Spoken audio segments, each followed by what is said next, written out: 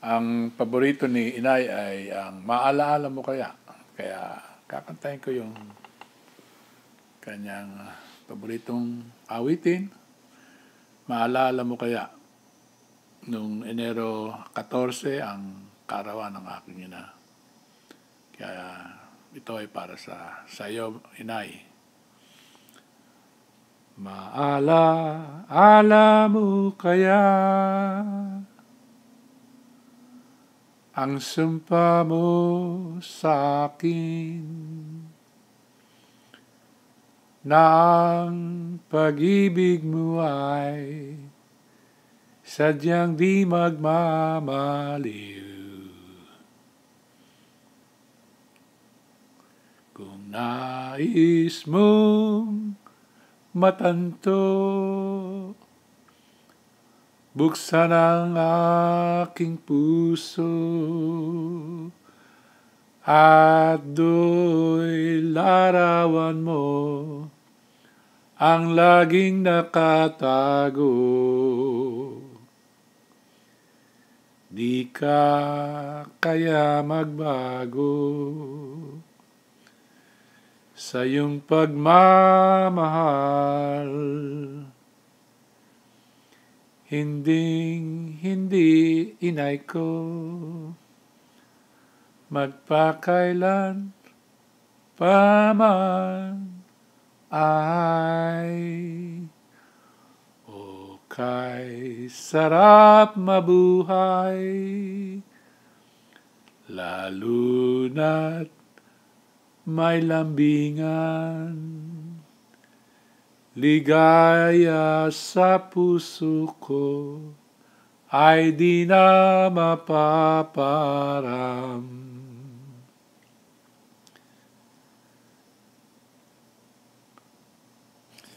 Di ka kaya magbago sa iyong pagmamahal. Nakoy Nay, hindi po. Hindi irog ko.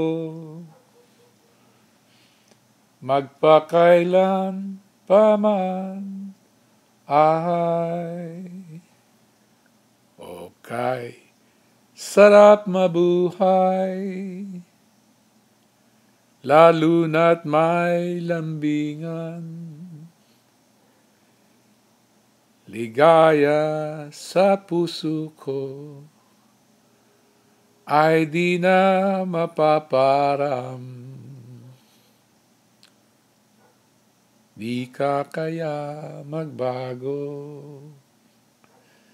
sa iyong pagmamahal. Hindi inay ko magpakailan paman okay. Sarap mabuhay, lalo na't may lambingan, ligaya sa puso ko ay di na mapaparam.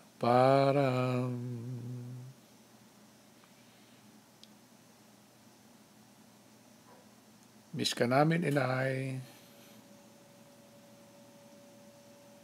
Miss ka ng iyong mga apo, ng mga iyong mga anak, at lalong-lalo na ang tatay. Malapit na rin ang birthday niya.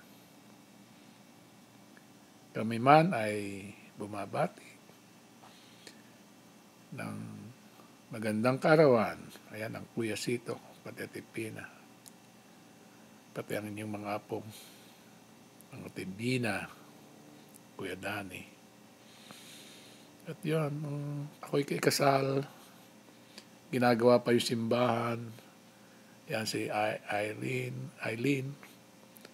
pati si Kuya Barok. Yan ang kamamatay lang natin na kapatid. Ang bunsong si Ruben, ang Ate Bebot, ang Kuya Paeng, si Lovely, mga nagmamahal sa ating lahat. Matanda na rin sa Tibebot, kung tumawa parang sa inay.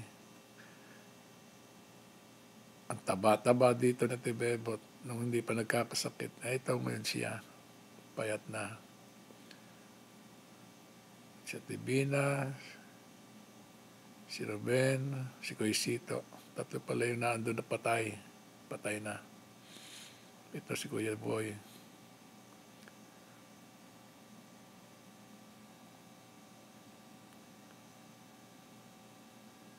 Ay, ganyan ang buhay. Una-unahan lang. May nauna. Diyan lang magkikita-kita pa rin tayo. Sa muling pagkikita. Si Sandy. Bye-bye.